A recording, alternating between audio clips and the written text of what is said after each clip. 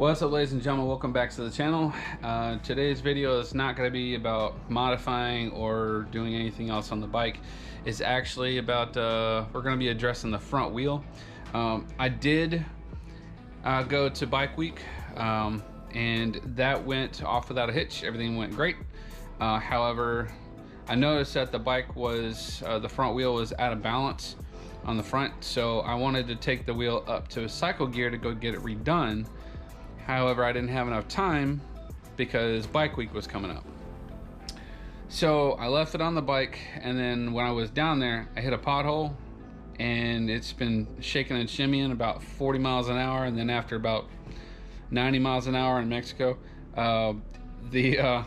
it starts vibing real bad, pretty violently. So I know it's out of balance, and I'm hoping that the mag's not bent. So right now I'm gonna go ahead, take off this front wheel, run it back up to cycle gear, and we'll see what happens.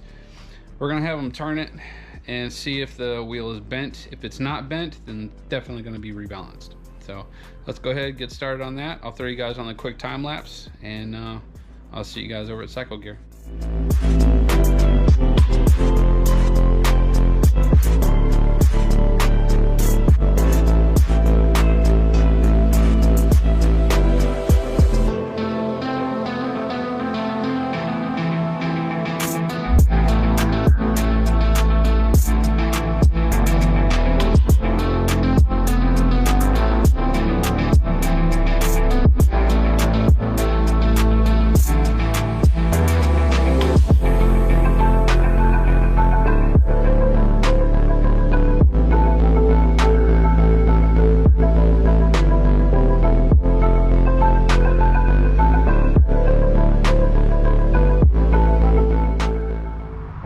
Cycle gear.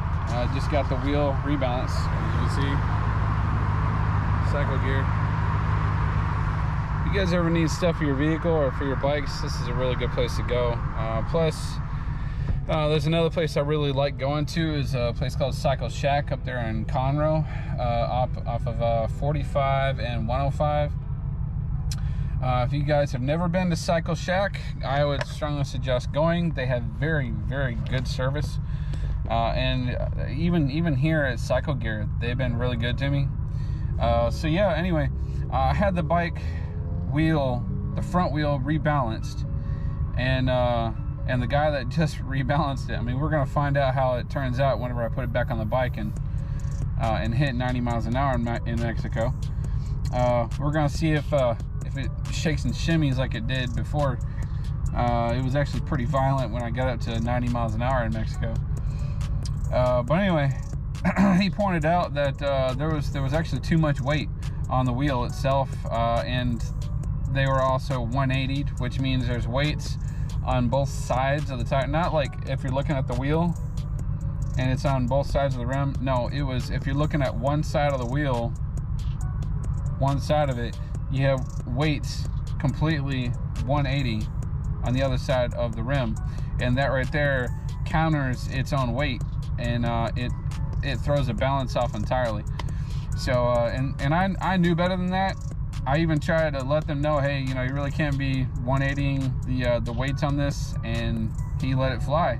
All right, well, it turns out when I get up to 90 on the highway in Mexico, it starts shaking violently because it's out of balance. So anyway, the guy went ahead, rebalanced my stuff, and I only have one wheel weight on one side, and hopefully that will fix my issue. So I'll see you guys back at the house. We're gonna do a quick time lapse to throw it back on the bike, and then hopefully I can run back out on the highway real quick and see if I can get it to run smoothly before it gets too cold out here. It looks like the rain's pretty much gone for the day, so yeah, let's continue on.